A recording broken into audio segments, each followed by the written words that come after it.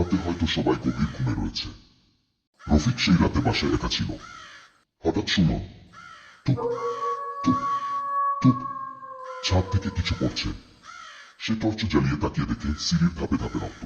রক্তের দাগগুলো যেন তাকে উপরের দিকে ডাকছে।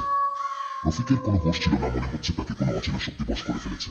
ছাদে উঠে সে যা দেখল তা কোনো স্বাভাবিক মানুষের পক্ষে সহ্য করার মতো না। 5টা লাশ, সবগুলো চোখ খোলা, মুখে একটাই আতঙ্কের ভয়, আর মাঝখানে দেয়ালে রক্ত দিয়ে লেখা, আজ শুধু শুরু। হঠাৎ রফিক বুঝল ছাদে তার ছায়াটা তার সাথে মিলছে না। ছায়াটা ধীরে ধীরে তার দিকে ঘুরে দাঁড়ালো আর ফিস ফিস করে বলল, তুই তো আমাদের ডাকছিলি। ছায়াটা আলাদা হয়ে দাঁড়ালো আর রফিক বুঝল ওটা তার নড়াচড়া নকল করছে না, ওটা তাকে দেখছে। ছায়াটা ছাদের দেয়ালে মিশে গিয়ে বলল, এই ছাদে কেউ মরে না, এখানে ভয় আটকে থাকে। রফিক দৌড়াতে চেয়েছিল, কিন্তু ছাদের দরজাটা আর দরজা ছিল না, ওটা একটা আয়না। সে নিজের প্রতিছবিতে হাত দিল। আয়নাটা নরম ছিল। তারপর তার সাথে ঘটে একটি মারাত্মক ঘটনা। পরের দিন সকালে পুলিশ আসে। ছাদে কোনো লাশ নেই, কোনো রক্ত নেই, কিন্তু আয়না ঘরের এক কোণায় একটা নতুন ছায়া দেখা যায়, যেটা নড়ে না। আর সেই আয়নার নিচে ছোট করে লেখা, রফিক এখনো রাতে পাহারা দেয়।